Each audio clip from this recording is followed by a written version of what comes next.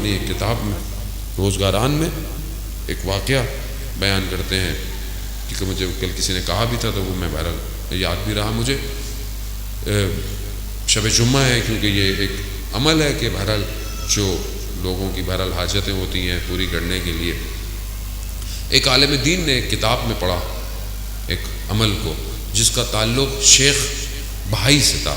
شیخ بہائی بہت بڑے عالم دین تھے، فقیہ بھی تھے، کنسٹرکٹر بھی تھے، آرکیٹیکٹر بھی تھے. انہوں نے امام رضا علیہ السلام کا حرم بنایا ہے. اللہم صلی علی محمد انہوں نے بنایا، اور ابھی بھی ان کا جو مرکز ہے، ان کی جو مقبرہ ہے، وہ امام کے حرم کے اندر ہے. کہتے ہیں کہ جب یہ حرم بن رہا تھا تو انہوں نے جو کام کر رہا تھا اس کو ایک تعویذ دیا تھا، اور یہ کہا تھا کہ یہ جو حرم کا دروازہ بناؤ تو یہ تعویذ دروازے کے اندر رکھنا، پھر دروازے کو مکمل کرنا. جب وہ واپس آئے دیکھا دروازہ بنا ہوا ہے. کہا تعویذ رکھا؟ کہا نہیں رکھا. کہا کیوں نہیں رکھا؟ جب میں نے آپ کو کہا تھا. کہا جب تعویذ رکھنے کا وقت آیا تو رات کو میں جب سو رہا تھا تو میں نے خواب میں امام کو دیکھا. امام نے کہا کہ یہ تعویذ دروازے میں نہیں رکھنا. کہا 1 دن 2 دن 3 دن جب میں نے امام کو دیکھا تو میں سمجھ گیا کہ امام نہیں چاہتے یہ تعویذ دروازے میں ہو. تو شیخ بہائی بیٹھ گئے اور گریہ کرنے لگے. کہا کیوں رو رہے ہیں؟ کہا میں نے جو تعویذ بنایا تھا نا، وہ تعویذ ایسا تھا کہ کوئی بھی صرف حلال زادہ اس دروازے سے اندر آ سکے گا، کوئی اور نہیں آئے گا. مگر امام نہیں چاہتے تھے. کیوں؟ رؤوف ہے، مہربان ہے.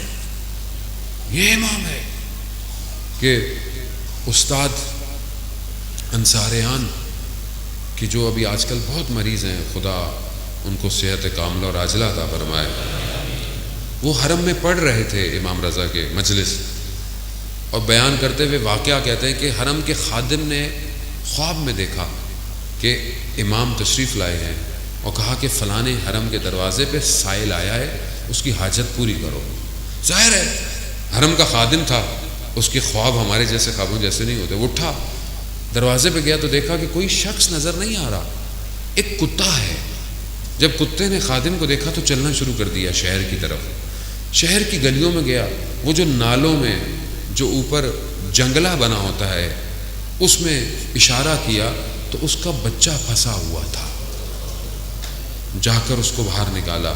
آغا انصاریان نے امام رضا کے حرم میں ہاتھ چھوڑا. یا امام رضا، ہم بھی آپ کے حرم آئے ہیں، ہم جانور سے کم تو نہیں، ہماری حاجتوں کو بھی پورا کر. عزیزان محترم، بڑی گرفتاری ہے مرنے سے پہلے. شب جمعہ ہے نا، میں اس لیے یہ بات عرض کر رہا ہوں. قبر بڑی اندھیری ہے. امام رضا روشن کر سکتے ہیں قبر کو، کیونکہ امام نے خود فرمایا جو میری زیارت پہ آئے گا میں 3 جگہ اس کی زیارتوں پہ ہوں گا، 3 جگہ میں زیارت پہ ہوں گا. تو شیخ بہائی سے یہ عمل ہے. عالم دین کہتے ہیں کہ میں نے کتاب میں پڑھا کہ یہ ایک عمل لکھا ہوا تھا کہ 10 دن یہ عمل کیا جائے، بدھ سے شروع ہو اور جمعے کو ختم ہو. 10 دن 100 دفعہ پڑھنا ہے یہ فجر کے بعد. یہ عمل کیا جائے، 10ویں دن اگر تمہاری حاجت پوری نہ ہو تو شیخ بھائی کہتے ہیں کہ تم مجھے برا بھلا کہنا. عالم دین کی حاجت تھی، انہوں نے پڑھا، 10 دن گزر گئے، حاجت پوری نہیں ہوئی. تو انہوں نے بڑا شکوہ کیا شیخ بھائی سے. کہا کہ دیکھیں مجھے مسئلہ نہیں ہے، لیکن اگر یہ عمل کسی اور عام آدمی کے ہاتھ میں چل گیا وہ آپ کو برا بھلا بولے گا. کیوں آپ نے ایسا بولا؟ وقت گزر گیا. اس عالم کا بیٹا ایک آغائے جنتی ان کے پاس جاتا تھا جن کے پاس روحیں بلانے کا علم تھا. ایک دن بیٹا گھر آیا، کہا میرے فلانے شخص نے کہا ہے کہ شیخ بھائی کی روح نے آپ کو بلایا ہے. اب یہ بڑے پریشان تھے. یہ خیر یہ پہنچے وہاں پہ تو وہ جو روحیں بلاتا ہے کہتا ہے میں نے شیخ بھائی کی روح کو کئی دفعہ بلایا مگر کبھی بھی نہیں آئے، اتنے مصروف ہیں عالم برزخ میں، لیکن آپ نے پتہ نہیں کیا کیا ہے جس کی وجہ سے. خیر بولا بلایا. خیر قصہ بہت طولانی ہے. اس روح کو بلانے کا جو عمل ہوتا ہے وہ ایسے نہیں ہوتا کہ آپ سے گفتگو کرتی ہے، آپ جو لکھ کے دیتے ہیں اس کا جواب آپ کو لکھا ہوا آ جاتا ہے. آپ مت کوشش کیجیے گا نا مجھے بلانا آتا ہے روحوں کو. خیر وہ بلایا تو شیخ بھائی نے لکھا کہ عمل صحیح ہے، کتاب میں غلط لکھا ہو، بدھ سے شروع نہیں کرنا، جمعے سے شروع کرنا ہے اور اتوار کو ختم کرنا ہے، 10 دن ہو جائیں گے. تو کہا اس نے ایسے ہی کیا. اس نے جب دوبارہ کیا تو عمل میں نے بھی پریکٹس کیا اور میرے بھی کام ہو گیا. بہرحال میں نے کئی لوگوں کو دیا.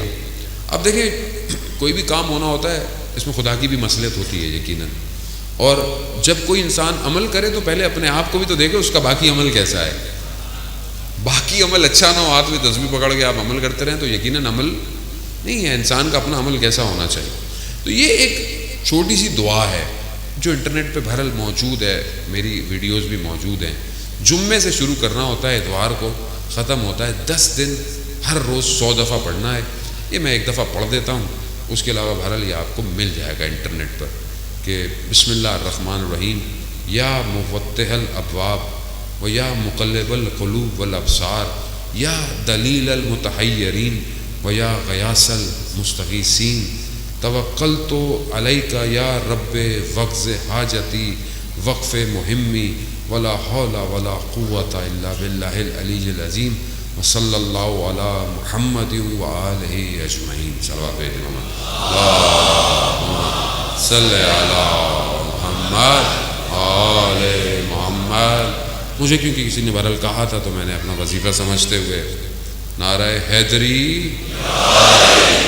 عزیزان محترم، شب جمعہ ہے. بہرحال میں اپنی گفتگو کو سمیٹتا ہوں اور شب جمعہ کی طرف وارد ہوتا ہوں. شب جمعہ شب مغفرت ہے، شب دعا ہے. اور آج کی رات شب یعنی جمعرات سے جمعے تک، عصر جمعے تک جو ہمارے مرومین ہوتے ہیں ان کی روحیں آتی ہیں اور وہ ہماری طرف نگاہ کرتی ہیں کہ یہ میرا بیٹا، یہ میری اولاد، یہ میرے جاننے والے، یہ میرے ماننے والے میرے لیے کیا کر رہے ہیں. اور اگر انسان غفلت میں ہو تو یہ روحیں ناراض ہو کے چلی جاتی ہیں اور پھر آپس میں بھی گفتگو کرتی ہیں تمہیں کیا ملا، تمہیں کیا ملا. عزیزان محترم، ہم جس وادی میں رہتے ہیں اس عالم میں عالم مادہ ہے، ہم سب نے جانا ہے. اگر آج ہم اپنے محرومین کو کچھ بھیجیں گے تو کل ہمارے لیے بھی کوئی کچھ بھیجے گا.